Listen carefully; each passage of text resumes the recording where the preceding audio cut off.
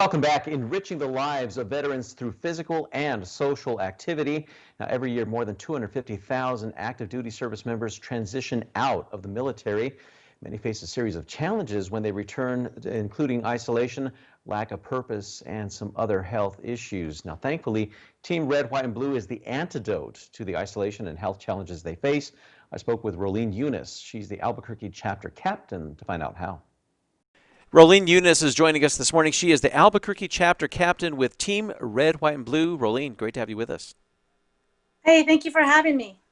Definitely. So right off the bat, let's talk about what is Team Red, White, and Blue?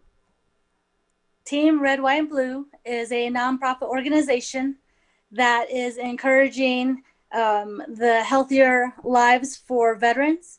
Our mission is to enrich the lives of veterans through community, reaching out to their community through physical activity and social activity.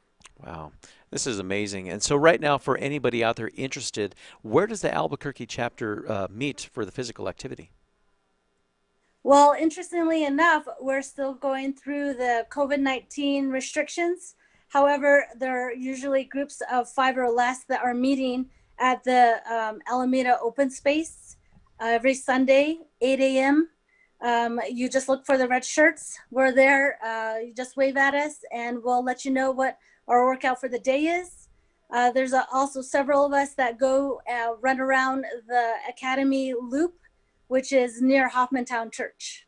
Wow. And that's also Sundays. Oh, there you go. So let's talk about some of the social activities that are part of the organization. Yes, sir. The social activities, Taco Tuesday. A lot of us, this is not a running group. A lot of us get together for the social aspect. And once you join the national organization, which is free, by the way, you log in and you get connected with the app. The app will let you know what activities are happening locally and nationally. Locally, we have the Taco Tuesdays, and there are various times, various locations. It's usually in the evening, and that's just for us to get together and kind of pal around. There you go. A nice social aspect to it, and again, making sure that everybody can kind of talk and get together. But again, like you mentioned, there's been some changes, obviously, to come to that now because of COVID-19. But let's talk about your involvement. Why did you join Team Red, White, and Blue? So I have been out of the Marine Corps for quite a while. However, when you get out, the transitioning takes time, a lot of years, and being able to communicate with civilians is not always the top priority when you're transitioning out. However, nowadays, I believe the branches are helping people transition when they get out of the service, with making sure they have jobs, they're connected to their church, and they're connected to their school, their kids' schools. But Team Red, White, and Blue, what they do is they help you connect with other veterans to enrich their lives through mental connection. So because we're all going through this, we're not alone. Physical aspect, there's a lot of times when you're in the service, they tell you when to work out. And then when you get out, nobody's telling you to work out, but that's an essential part in keeping your mental fitness and making sure that you're on the right track and you're staying positive. So when I got out, I was really looking for something. I was missing a lot of that camaraderie.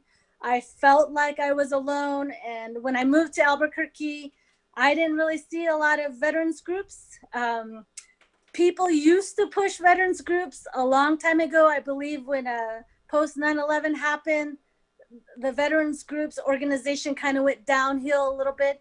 So we're trying to push out there to let people know there are veterans groups out there for Team Red, White, and Blue. Most of the supporters are actually civilians because they're connected through veterans, whether it's their spouses or their family or their friends. So this actually helps connect people. So when I met people with Team Red, White, and Blue, I actually stalked them for a year before I joined their first event. And I just wanted to make sure that this was a good group to join, and everything that I observed, it was pretty amazing. And when I was going through hardship in my life, different kind of life transitions, they were there for me.